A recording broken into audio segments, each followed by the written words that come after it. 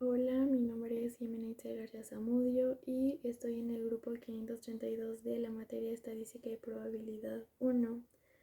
Hoy vamos a hablar sobre los datos agrupados por intervalos. Número 1. ¿Qué diferencia hay entre los datos simples y los datos agrupados por intervalos?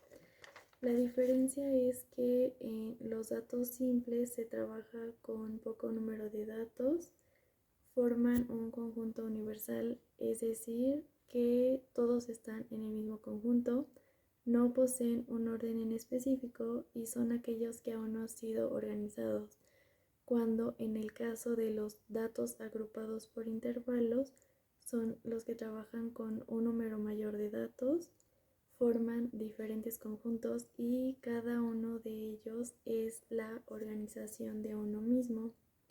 Se agrupan en un orden en específico y también son aquellos que ya fueron organizados. Número 2. ¿Cuáles variables se pueden analizar con los datos agrupados por intervalos? Y número 3. ¿Qué aprendiste en esta semana del curso? El profesor nos dejó de ejercicio hacer en una tabla de 18 filas agrupar unos datos que nos dio como ejercicio. En la primer fila va la K, que significa clase, la cual se saca de una suma que es de 1 más 3.33 logaritmo de la cantidad de datos que estamos manejando. El rango es la resta entre el número mayor y el número menor de datos.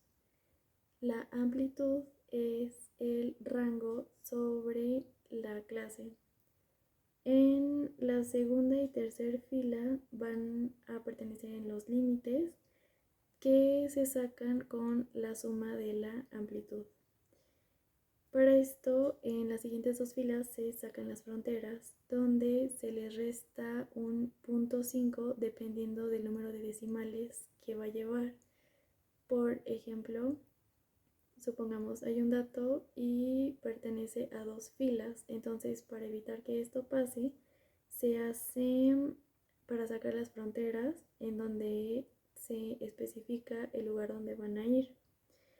En el número 6 de la columna es FI, que es la frecuencia absoluta. En el número 7 es XI, que es la marca de clase.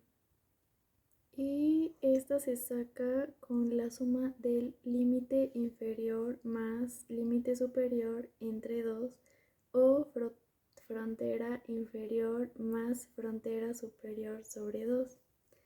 En la fila número 8 es FR, significa frecuencia relativa y es la división de frecuencia absoluta sobre tamaño de la muestra. 9. F de X, que es la frecuencia acumulada, donde es la acumulación de la frecuencia absoluta. 10. FRX, que es la acumulación de frecuencia relativa. 11. FR grados es la frecuencia relativa multiplicado por 360, que es el total de grados. En la número 12 es FR%, es la frecuencia relativa multiplicada por 100, que es el total del porcentaje. 13.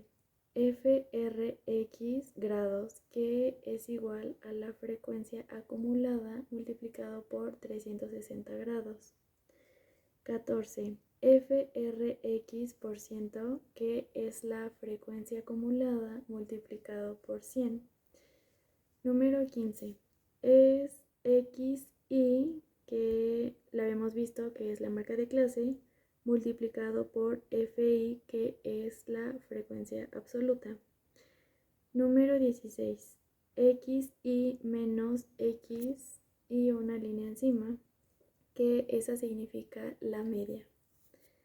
Número 17 es XI menos X, la línea, que es la marca de clase menos la media al cuadrado.